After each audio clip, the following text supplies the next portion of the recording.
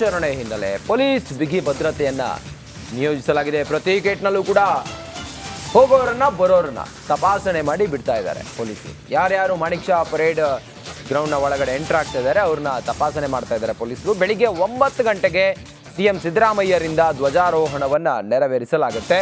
Manik Shah parade ಮೈದಾನ ಯಾವಾಗಲೂ ಕೂಡ ಸ್ವಾತಂತ್ರ್ಯೋತ್ಸವ, ಗಣರಾಜ್ಯೋತ್ಸವ ಈ ರೀತಿಯ ಕಾರ್ಯಕ್ರಮಗಳಲ್ಲಿ ಬಹಳ ವಿಶೇಷವಾಗಿ ಅಲ್ಲಿ ಕಾರ್ಯಕ್ರಮಗಳು ಆಯೋಜನೆ ಆಗುತ್ತೆ. ಮಾನ್ಯ ಮುಖ್ಯಮಂತ್ರಿ ಸಿದ್ದರಾಮಯ್ಯನವರು 9 ಗಂಟೆಗೆ ಧ್ವಜಾರೋಹಣವನ್ನು ಮಾಡ್ತಾರೆ. ಬಿಗಿ ಬಂದೋಬಸ್ತನ್ನು ಒದಗಿಸಲಾಗಿದೆ. ಮಾಣಿಕ್ ಷಾ ಪರೇಡ್ ಮೈದಾನದಲ್ಲಿ ಪೊಲೀಸರ ಪಥಸಂಚಲನವೂ ಕೂಡ ಇರುತ್ತೆ. ನೋಡಿ, ನೀವು ಗಮನಿಸ್ತಾ ಇದ್ದೀರಲ್ಲ, ಇದು ಮಾಣಿಕ್ ಷಾ ಪರೇಡ್ ಮೈದಾನದ ಬಂದೋಬಸ್ತ್ನ ದೃಶ್ಯ. ಇದು ಯಾರು ಬರ್ತಾ ಇದ್ದಾರೆ ಅವರೆಲ್ಲರನ್ನು ಕೂಡ ತಪಾಸಣೆ ಮಾಡಿ ಬಿಡ್ತಾ ಇದ್ದಾರೆ. ಶಾಲಾ ಮಕ್ಕಳಿಂದ ವಿಶೇಷವಾದಂಥ ಅಲ್ಲಿ ನೃತ್ಯ ಇರುತ್ತೆ, ಶೋ ಇರುತ್ತೆ, ಮಾರ್ಪಾಸ್ಟ್ ಇರುತ್ತೆ. ಇದೆಲ್ಲವೂ ಮಾಣಿಕ್ ಷಾ ಪರೇಡ್ ಮೈದಾನದಲ್ಲಿ 9 ಗಂಟೆ ಹೊತ್ತಿಗೆ ಮಾನ್ಯ ಮುಖ್ಯಮಂತ್ರಿ ಸಿದ್ದರಾಮಯ್ಯನವರ ಧ್ವಜಾರೋಹಣ ಆದ ನಂತರ ಎಲ್ಲವೂ ಕೂಡ ಆರಂಭ ಆಗುತ್ತೆ. ಬಂದೋಬಸ್ತೆಲ್ಲ ಬಿಗಿಗೊಳಿಸಲಾಗಿದೆ. ಹೆಚ್ಚಿನ ಸಂಖ್ಯೆಯಲ್ಲಿ ಪೊಲೀಸರನ್ನ ನಿಯೋಜನೆ ಮಾಡಲಾಗಿದೆ. ಶಿಸ್ತುಬದ್ಧವಾಗಿ ಅಲ್ಲಿ ಪೊಲೀಸರು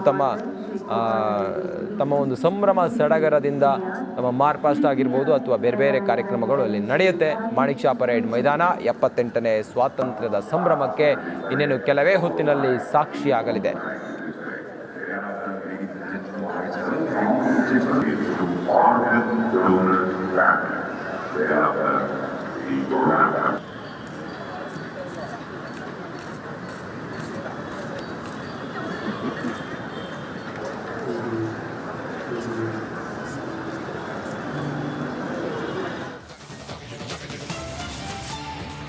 ದೇಶದಾದ್ಯಂತ 78ನೇ ಸ್ವಾತಂತ್ರ್ಯೋತ್ಸವದ ಸಂಭ್ರಮ ಮನೆ ಮಾಡಿದೆ. ಕೆಲವೇ ಕ್ಷಣಗಳಲ್ಲಿ ಪ್ರಧಾನಿ ನರೇಂದ್ರ ಮೋದಿ ಅವರು ಕೂಡ ಧ್ವಜಾರೋಹಣವನ್ನ ನೆರವೇರಿಸುತ್ತಿದ್ದಾರೆ. ಕೆಂಪು ಕೋಟೆಯಲ್ಲಿ ಪ್ರಧಾನಿ ನರೇಂದ್ರ ಮೋದಿ ಅವರು ಧ್ವಜಾರೋಹಣ ನೆರವೇರಿಸುತ್ತಾರೆ. 11ನೇ ಬಾರಿಗೆ ಧ್ವಜಾರೋಹಣ ನೆರವೇರಿಸುತ್ತಿದ್ದಾರೆ ಪ್ರಧಾನಿ ನರೇಂದ್ರ ಮೋದಿ. ಧ್ವಜಾರೋಹಣದ ಬಳಿಕ ದೇಶವನ್ನ ಉದ್ದೇಶಿಸಿ ಭಾಷಣ ಮಾಡಲಿದ್ದಾರೆ. 1 ಗಂಟೆಗಳ ಕಾಲ ಭಾಷಣ ಮಾಡ್ತಾರೆ ಪ್ರಧಾನಿ ನರೇಂದ್ರ ಮೋದಿ. ಕೆಲವೇ ಕ್ಷಣಗಳಲ್ಲಿ ಕೆಂಪು ಕೋಟೆಯ ಮೇಲೆ ತ್ರಿವರ್ಣ ಧ್ವಜ ಇವತ್ತು ಹಾರಾಡುತ್ತೆ. ಪ್ರಧಾನಿ ನರೇಂದ್ರ ಮೋದಿ ಅವರು 11ನೇ ಬಾರಿ ಆ ಕೆಂಪು ಕೋಟೆಯ ಮೇಲೆ ಧ್ವಜಾರೋಹಣ ನೆರವೇರಿಸ್ತಾ ಇರೋದು. ಆ ನಂತರ ದೇಶವನ್ನ ಉದ್ದೇಶಿಸಿ ಮಾತನಾಡ್ತಾರೆ. ಅಂದ್ರೆ ದೇಶದ ಪ್ರಗತಿ, ಮುಂದೆ ಇರುವಂತಹ ಸವಾಲುಗಳು ಯಾವ ರೀತಿಯಾಗಿರುತ್ತೆ ಅನ್ನೋದನ್ನ ಆ ಕೆಂಪು ಕೋಟೆಯ ಮೇಲೆ ನಿಂತ್ಕೊಂಡು ಪ್ರಧಾನಿ ನರೇಂದ್ರ ಮೋದಿ ಅವರು ದೇಶದ ಜನರ ಮುಂದೆ ಇಡುವಂತಹ ಪ್ರಯತ್ನಗಳನ್ನ ಮಾಡ್ತಾರೆ. ಬಟ್ ಇತ್ತೀಚೆಗೆ ಹೇಗಾಗ್ಬಿಟ್ಟಿದೆ ಅಂದ್ರೆ ರಾಜ್ಯ, ದೇಶ, ಭಾಷಣ ಇರುತ್ತೆ ಅಂದ್ರೆ ಸರ್ಕಾರದ ಸಾಧನೆಗಳನ್ನೇ ಒಳಗೊಂಡಿರುತ್ತೆ ಅನ್ನೋದು ಗಮನಿಸಬೇಕಾಗಿರುವಂತಹ ವಿಚಾರ.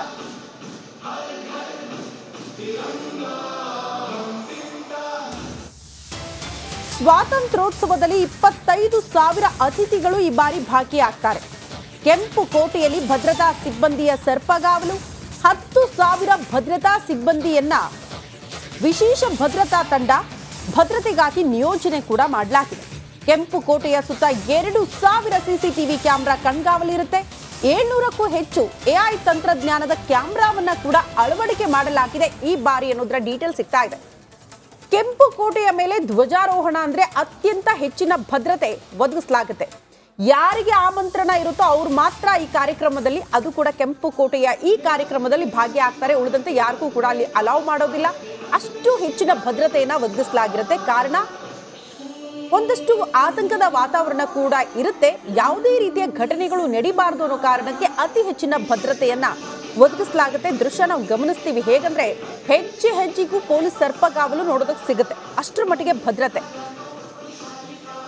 78ನೇ ಸ್ವಾತಂತ್ರ್ಯೋತ್ಸವ ಆ ಸಂಭ್ರಮ ನೋಡೋದಕ್ಕೆ ಸಿಕ್ಕರೂ ಕೂಡ ದೇಶ ಪ್ರತಿ ವರ್ಷ ಕೂಡ ಈ ಸ್ವಾತಂತ್ರ್ಯೋತ್ಸವದ ಸಂದರ್ಭದಲ್ಲಿ ಎಷ್ಟು ಮಟ್ಟಿಗೆ ಪ್ರಗತಿ ಆಗಿದೆ ಅನ್ನೋದನ್ನ ಕೂಡ ಗಮನಿಸಬೇಕಾಗತ್ತೆ. ಅಂದ್ರೆ ದೇಶದ ಏಳಿಗೆಯೂ ಕೂಡ ಬಹಳ ಮುಖ್ಯ ಆಗುತ್ತೆ. ಈ ಶಸ್ತ್ರಾಸ್ತ್ರಗಳು, ಅತ್ಯಾಧುನಿಕ ತಂತ್ರಜ್ಞಾನಗಳ ಒಳಗೊಂಡಿರುವಂತಹ ದೇಶ ಭಾರತ ಅನ್ನೋದಕ್ಕೆ ಬಹಳ ಹೆಮ್ಮೆ ಆಗುತ್ತೆ. ಕಾರಣ ವರ್ಷದಿಂದ ವರ್ಷಕ್ಕೆ ಅಷ್ಟು ದೊಡ್ಡ ಮಟ್ಟದಲ್ಲಿ ಅಭಿವೃದ್ಧಿ ಆಗ್ತಾ ಇರೋದು, ಅತ್ಯಂತ ದೊಡ್ಡ ಶಕ್ತಿಯ ರಾಷ್ಟ್ರವಾಗಿ ಬೆಳೀತಾ ಇರೋದು ಭಾರತದ ಹೆಮ್ಮೆ. ನಾವೆಲ್ಲ ಭಾರತೀಯರಾಗಿ ಹೆಮ್ಮೆ ಪಡುವಂತಹ ಸಂಗತಿ. ಎಲ್ಲ ರೀತಿಯ ಸಿದ್ಧತೆಗಳು ಕೆಂಪು ಕೋಟೆಯ ಸುತ್ತಲೂ ಆಗ್ತಾ ಇರೋದನ್ನ ನಾವು ಗಮನಿಸ್ತಾ ಇದ್ವಿ. ಕೆಲವೇ ಕ್ಷಣಗಳಲ್ಲಿ ಪ್ರಧಾನಿ ನರೇಂದ್ರ ಮೋದಿ ಅವರ ಆಗಮನ ಕೂಡ ಆಗುತ್ತೆ. ಅಮಿತ್ ಶಾ ಅವರ ಆಗಮನ ಕೂಡ ಆಗಿದೆ. ದೃಶ್ಯದಲ್ಲಿ ನಾವು ಗಮನಿಸ್ತಾ ಇದ್ದೀವಿ. ಪ್ರತಿಯೊಬ್ಬರ ಆಗಮನ ಆಗ್ತಾ ಇದ್ದಂತೆ, ಪ್ರಧಾನಿ ಬರ್ತಾ ಇದ್ದಂತೆ ಆ ಕೆಂಪು ಕೋಟೆಯ ಮೇಲೆ ತ್ರಿವರ್ಣ ಧ್ವಜ ಇವತ್ತು ಹಾರಾಡುತ್ತೆ. ಅದಾದ ಬಳಿಕ ದೇಶವನ್ನ ಉದ್ದೇಶಿಸಿ ಪ್ರಧಾನಿ ನರೇಂದ್ರ ಮೋದಿ ಅವರ ಮಾತು ಅಂದರೆ ಭಾಷಣ ಕೂಡ ಇರುತ್ತೆ. ಅಮಿತ್ ಶಾ ಅವರ ಆಗಮನ ಆಗಿರುವ ದೃಶ್ಯ, ಅತಿ ಹೆಚ್ಚಿನ ಭದ್ರತೆ, ಯಾರಿಗೆಲ್ಲ ಆಮಂತ್ರಣ ಇದೆಯೋ ಅಷ್ಟು ಜನ ಮಾತ್ರ ಈ ಕಾರ್ಯಕ್ರಮದಲ್ಲಿ ಭಾಗಿಯಾಗ್ತಾರೆ. ಉಳಿದಂತೆ ಯಾರನ್ನ ಕೂಡ ಅಲ್ಲಿ ಒಳಗಡೆ ಹೋಗೋದಕ್ಕೆ ಅವಕಾಶ ಕೊಡೋದಿಲ್ಲ. ಒಬ್ಬೊಬ್ಬರೇ ಆಗಮಿಸ್ತಾ ಇರುವಂತಹ ದೃಶ್ಯವನ್ನು ಕೂಡ ನಾವು ಗಮನಿಸ್ತಾ ಇದ್ದೀವಿ. ಕೇಂದ್ರ ಸಂಪುಟದ ಸದಸ್ಯರು ಪ್ರತಿಯೊಬ್ಬರು ಕೂಡ ಭಾಗಿಯಾಗ್ತಾರೆ ಈ ಕಾರ್ಯಕ್ರಮದಲ್ಲಿ. ಹಾಗಾಗಿ ಎಲ್ಲರೂ ಕೂಡ ಕೆಂಪು ಕೋಟೆಯತ್ತ ಆಗಮಿಸ್ತಾ ಇರುವಂತಹ ದೃಶ್ಯ. ಸೊ ಕೆಲವೇ ಕ್ಷಣಗಳಲ್ಲಿ ಪ್ರಧಾನಿ ನರೇಂದ್ರ ಮೋದಿ ಅವರ ಆಗಮನ ಕೂಡ ಆಗುತ್ತೆ. ಅವ್ರು ಬರ್ತಿದ್ದಂತೆ ಕೆಂಪು ಕೋಟೆಯ ಮೇಲೆ ತ್ರಿವರ್ಣ ಧ್ವಜ ಹಾರಾಡುತ್ತೆ. ಮೋಸ್ಟ್ಲಿ ಆ ದೃಶ್ಯಗಳನ್ನು ನೋಡೋದಕ್ಕೆ ನಾವು ಕಾಯ್ತಾ ಇರ್ತೀವಿ.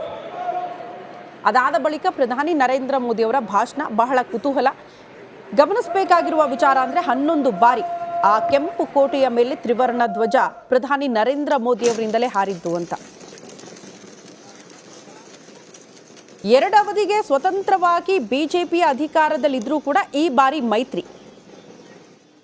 ಮೈತ್ರಿ ಇರೋದ್ರಿಂದ ಇನ್ನೊಂದಷ್ಟು ಜನ ನೋಡೋದಕ್ಕೆ ಸಿಗ್ತಾರೆ. ಆ ಮಿತ್ರ ಪಕ್ಷಗಳ ಸದಸ್ಯರು ಕೂಡ ಇವತ್ತು ನೋಡೋದಕ್ಕೆ ಸಿಗ್ತಾರೆ ಇಲ್ಲಿ.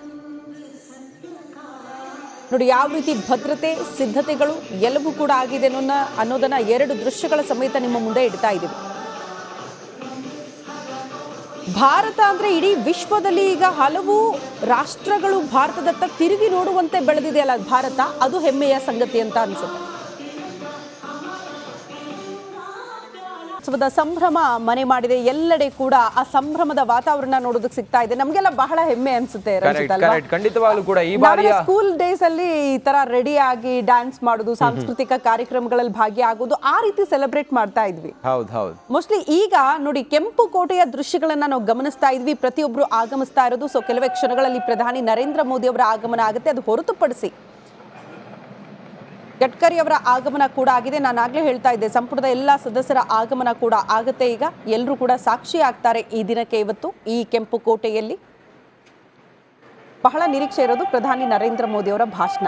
ಖಂಡಿತವಾಗ್ಲೂ ಕೂಡ ಈ ಬಾರಿ 78ನೇ ಸ್ವಾತಂತ್ರ್ಯೋತ್ಸವದ ಥೀಮ್ ಅಂತ ಹೇಳಿದ್ರೆ 2047ರ ಸುಮಾರಿಗೆ 100 ವರ್ಷ ಸಂದತ್ತೆ. ಸ್ವಾತಂತ್ರ್ಯ ನಮಗೆ ಸಿಕ್ಕಿ 100 ವರ್ಷ ಸಂದತ್ತೆ. ಹಾಗಾಗಿ ವಿಕಸಿತ ಭಾರತ, ಅಭಿವೃದ್ಧಿ ಹೊಂದಿದ ಭಾರತ ಥೀಮ್ನ ಅಡಿಯಲ್ಲಿ ಈ ಬಾರಿ 78ನೇ ಸ್ವಾತಂತ್ರ್ಯೋತ್ಸವದ ದಿನಾಚರಣೆಯನ್ನು ಆಚರಣೆ ಮಾಡಲಾಗ್ತಾ ಇದೆ. ಕೆಂಪುಕೋಟೆಯಲ್ಲಿ ಪ್ರಧಾನಿ ನರೇಂದ್ರ ಮೋದಿ ಪ್ರಧಾನಮಂತ್ರಿ ಆದ ನಂತರ ಇದೀಗ 11ನೇ ಬಾರಿ ಅವರು ಧ್ವಜಾರೋಹಣವನ್ನು ಮಾಡ್ತಾ ಇರೋದು. ನೋಡಿ, ನಿರ್ಮಲಾ ಸೀತಾರಾಮನ್ ಅವರು ಆಗಮಿಸ್ತಿರುವಂಥ ದೃಶ್ಯವನ್ನು ಗಮನಿಸ್ತಾ ಇದ್ದೀರಿ. ಮಾನ್ಯ ಕೇಂದ್ರ ಸಚಿವರುಗಳು ಆಗಮಿಸ್ತಾ ಇದ್ದಾರೆ ಒಬ್ಬೊಬ್ಬರೇ. ಇನ್ನೇನು ಕೆಲವೇ ಹೊತ್ತಿನಲ್ಲಿ ಕೆಂಪು ಕೋಟೆಯ ಮೇಲೆ ಪ್ರಧಾನಿ ನರೇಂದ್ರ ಮೋದಿ ನಮ್ಮ ದೇಶದ ತ್ರಿವರ್ಣ ಧ್ವಜವನ್ನು ಹಾರಿಸುವ ಮೂಲಕ ಸ್ವಾತಂತ್ರ್ಯೋತ್ಸವ ದಿನಾಚರಣೆಯಲ್ಲಿ ಭಾಗಿಯಾಗ್ತಾರೆ.